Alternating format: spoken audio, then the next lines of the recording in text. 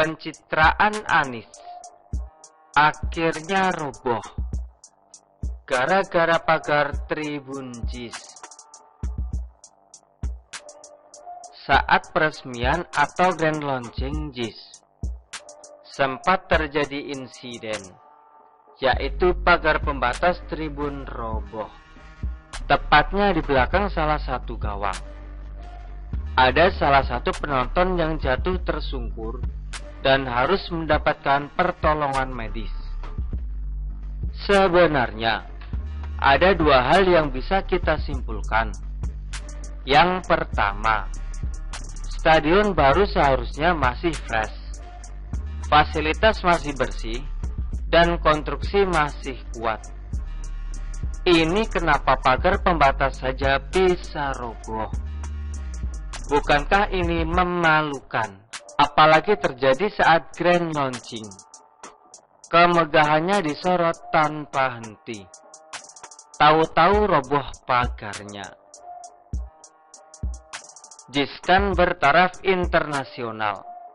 Masa baru pakai sudah langsung roboh? Harusnya sudah diperhitungkan kekuatan bangunan dengan kapasitasnya. Bahkan kalau mau dirobohkan paksa pun harus dibuat sulit dirobohkan. Labelnya saja yang internasional, tapi kekuatan bangunannya harus dipertanyakan. Itu baru pembatas yang roboh. Padahal itu merupakan salah satu yang paling krusial. Belum yang lainnya lagi. Ini jelas namanya teknik bangunan yang mungkin tidak sesuai standar atau di bawah standar. Anies yang tidak kehabisan ide, langsung buat alasan yang mantap. Bukan Anies namanya, kalau tidak bisa menata kata. Anies menyebut insiden pagar pembatas roboh karena semangat penonton yang luar biasa. Soal pagar, saya rasa tadi, karena semangat yang luar biasa tinggi, dan ini adalah kali pertama semua digunakan, kata Anies. Wah, kalau begini caranya, sungguh bahaya. Nanti kalau ada pertandingan sepak bola, penonton atau supporter dilarang terlalu bersemangat, karena stadion bisa roboh. Kalau begitu, lain kali bikin spanduk besar-besar, dilarang terlalu bersemangat atau nyawa taruhannya. Semangatnya setengah-setengah saja, tepuk tangan pelan saja. Teriak yel-yel harus suara kecil dengan raut wajah datar. Dengan begitu stadion tidak akan tergoncang apalagi roboh. Menurut Anies, insiden itu tak lepas dari proses belajar sebuah stadion yang baru selesai dibangun dan kali pertama dipakai dengan penonton yang memenuhi tribun. Ia mengatakan pihaknya akan melakukan evaluasi tentang pagar pembatas.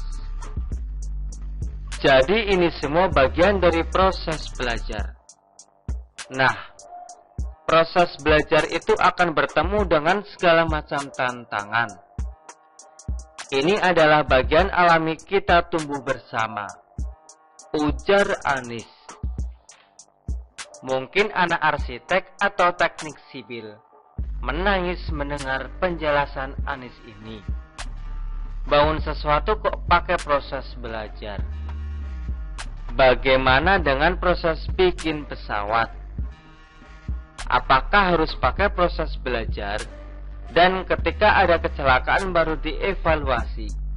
Bagaimana dengan konstruksi pesawat ulang-alik yang notabene tidak boleh ada satu kesalahan pun?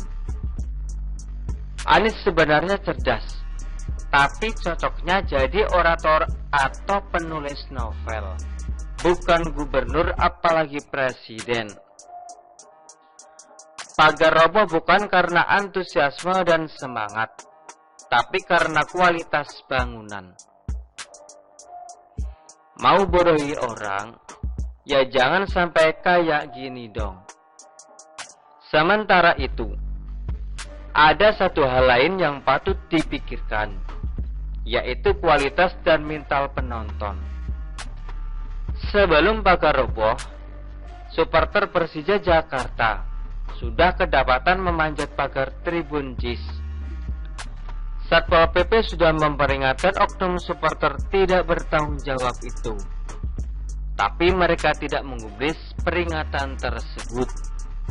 Akhirnya, pagar di sisi utara stadion pun roboh saat Firza tampil membawakan lagu berjudul Kangen, karya grup band Dewa 19.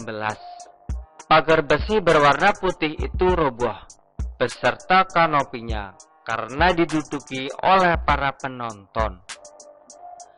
Sejak awal acara, puluhan penonton terpantau sudah menaiki pagar pembatas tersebut. Tak cuma itu, kanopi yang tersambung dengan pagar pembatas itu juga terpantau diinjak-injak oleh para penonton beratribut The Jackmania yang hendak naik ke tribun. Yang tersambung dengan pagar pembatas itu yang hendak naik ke tribun, penontonnya juga patut disalahkan. Beginilah kalau otak tidak dipakai. Stadion bertaraf internasional, tapi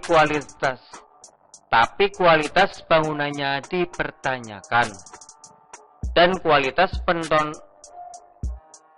kualitas penontonnya pun masih jauh di bawah standar internasional. Masih norak dan kelas kampung.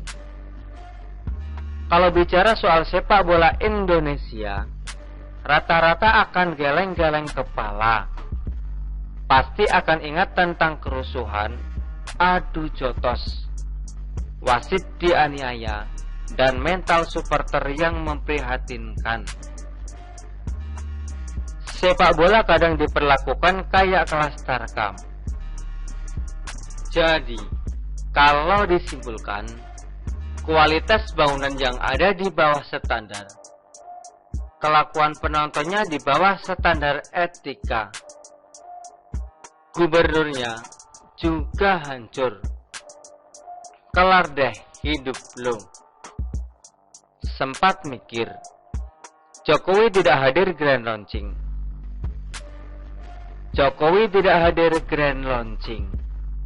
Coba kalau dia hadir, mungkin bakal ada narasi sampah kayak begini. Ini pasti karena Jokowi kriminalisasi ulama, makanya stadion kena azab, pagar roboh.